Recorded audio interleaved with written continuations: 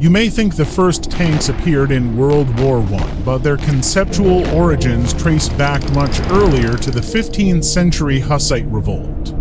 When the rebellion erupted, the rebels chose the brilliant tactician Jan Žižka as their leader. Facing the royalist Catholic forces and their heavily armored knights, Žižka pioneered revolutionary wagon fort tactics that functioned as the medieval equivalent of tanks. Mobile, protected, and devastatingly effective on the battlefield. At an age when the plate and mail armor of the mounted knights and men-at-arms made most missile weapons only marginally effective, Žižka put his trust in the armored feeding ability of the early handgun to bring down his chivalric enemies. The tactical problem was that these were slow to load and fire, and were vulnerable to being ridden down by charging cavalry, as were the Hussites' peasant flailmen. Žižka solved this problem by the development of battle carts, farm wagons converted to armored battle vehicles. Žižka's wagons were armored and fitted with loopholes for crossbow and handguns. Žižka maintained a small, disciplined cavalry, who once his enemies broke themselves upon his wagonburg could sally out and complete the route. Each crew consisted of 16 to 22 soldiers, 4 to 8 crossbowmen, for handgunners, 6 to 8 soldiers equipped with pikes or flails to fight atop and between the wagons, to soldiers as shield carriers and to soldiers as drivers. Žižka habitually took the offensive, columns of such battle wagons quickly forming a wagonburg when attacked.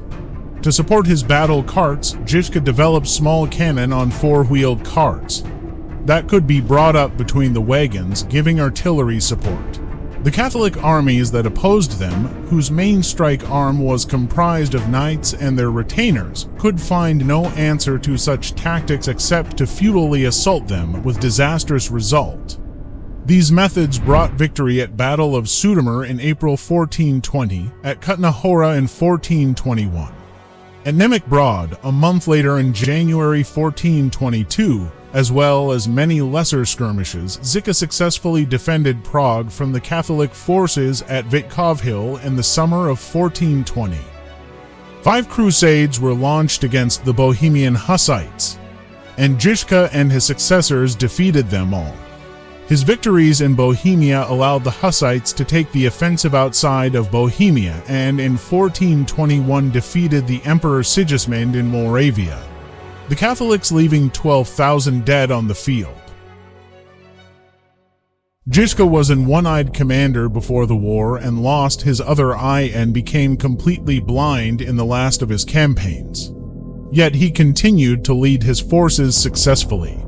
Žižka died of plague, leading a Hussite invasion of Moravia. His methods influenced warfare for the next century, as first Janos Hunyadi and subsequently the Ottoman Turks studied his methods and developed their own versions. Historian John Fortescue summed up his genius thusly: "In the rapidity of his movements and the unrelenting swiftness with which he followed up a victory, he bears comparison with Napoleon. He was the first to make artillery a maneuverable arm, the first to execute complicated evolutions in the face of the enemy, and the first to handle infantry, cavalry, and artillery in efficient tactical combination.